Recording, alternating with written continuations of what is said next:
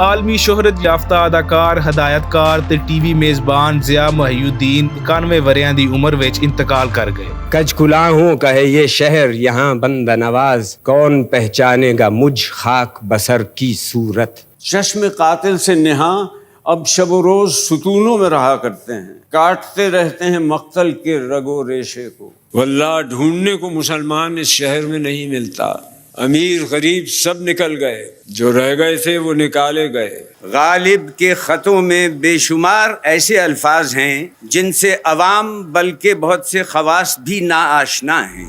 ਜ਼ਿਆ ਮੁਹਈਉਦੀਨ ਫੈਸਲਾਬਾਦ ਵਿੱਚ 20 ਜੂਨ 1931 ਨੂੰ ਪੈਦਾ ਹੋਏ। ਸਦਾਕਾਰੀ ਦਾ ਆਗਾਜ਼ ਰੇਡੀਓ ਆਸਟ੍ਰੇਲੀਆ ਤੋਂ ਕੀਤਾ। Royal academy of dramatic art ਤੋਂ 50 ਦੀ ਦਹਾਈ ਵਿੱਚ ਤਰਬੀਅਤ ਹਾਸਲ ਕੀਤੀ। ਲੰਮੇ ਅਰਸੇ ਤੀਕਰ ਬਰਤਾਨੀਆ ਦੇ ਥੀਏਟਰ ਵਿੱਚ ਕੰਮ ਕਰਦੇ ਰਹੇ। ਆਪਣੇ ਫਨ ਦਾ ਜੋਹਰ ਬਰਤਾਨਵੀ ਸਿਨੇਮਾ ਤੇ ਹਾਲੀਵੁੱਡ ਵਿੱਚ ਵਿਖਾਇਆ। ਉਹ ਜਨੂਬੀ ਏਸ਼ੀਆ ਦੇ ਪਹਿਲੇ ਅਦਾਕਾਰ ਸਨ ਜਿਹੜੇ ਬ੍ਰੌਡਵੇ ਦੀ ਜ਼ੀਨਤ ਬਣੇ। 1962 ਵਿੱਚ ਸ਼ੋਹਰਾ ਆਫਾਕ ਫਿਲਮ ਲਾਰੈਂਸ ਆਫ ਅਰੇਬੀਆ ਵਿੱਚ ਯਾਦਗਾਰ ਕਿਰਦਾਰ ਅਦਾ ਕੀਤਾ। ਜ਼ਿਆ ਮੁਹਈਉਦੀਨ ਸ਼ੋਅ ਦੇ ਨਾਮ ਤੋਂ 70 ਦੀ ਦਹਾਈ ਵਿੱਚ ਮੁਨਫਰਦ ਨੋਇਤ ਦਾ ਪ੍ਰੋਗਰਾਮ ਕੀਤਾ। 1973 ਵਿੱਚ PIA ਆਰਟਸ ਅਕੈਡਮੀ ਦੇ ਡਾਇਰੈਕਟਰ ਮੁਕਰਰ ਹੋਏ। ਅੰਗਰੇਜ਼ੀ ਅਖਬਾਰ ਦੀ ਨਿਊਜ਼ ਵਿੱਚ ਵੀ ਕਾਲਮ ਲਿਖਦੇ ਰਹੇ। ਉਹਨਾਂ ਦੀ ਕਿਤਾਬ ਏ ਕੈਰਟ ਇਜ਼ ਏ ਕੈਰਟ ਨੂੰ ਇੱਕ ਮੁਕੰਮਲ ਅਦਬੀ ਸ਼ਾਹਪਾਰਾ ਕਰਾਰ ਦਿੱਤਾ ਜਾਂਦਾ ਹੈ। ਜ਼ਿਆ ਮੁਹਈਉਦੀਨ ਜਨਰਲ ਜ਼ਿਆ ਦੇ ਮਾਰਸ਼ਲ ਲਾ ਮਗਰੋਂ ਬਰਤਾਨੀਆ ਵਾਪਸ ਟੁਰ ਗਏ। ਮਗਰੋਂ 90 ਦੀ ਦਹਾਈ ਵਿੱਚ ਮੁਸਤਕਿਲ ਪਾਕਿਸਤਾਨ ਆਉਣ ਦਾ ਫੈਸਲਾ ਕੀਤਾ। ਉਹਨਾਂ ਦੀ ਖਿਦਮਾਤ ਦੇ ਇਤਰਾਫ ਵਿੱਚ 2003 ਨੂੰ 17 ਇਮਤਿਆਜ਼ ਜਦਕਿ 2012 ਵਿੱਚ ਹਲਾਲੇ ਇਮਤਿਆਜ਼ ਨਾਲ ਨਵਾਜ਼ਿਆ ਗਿਆ।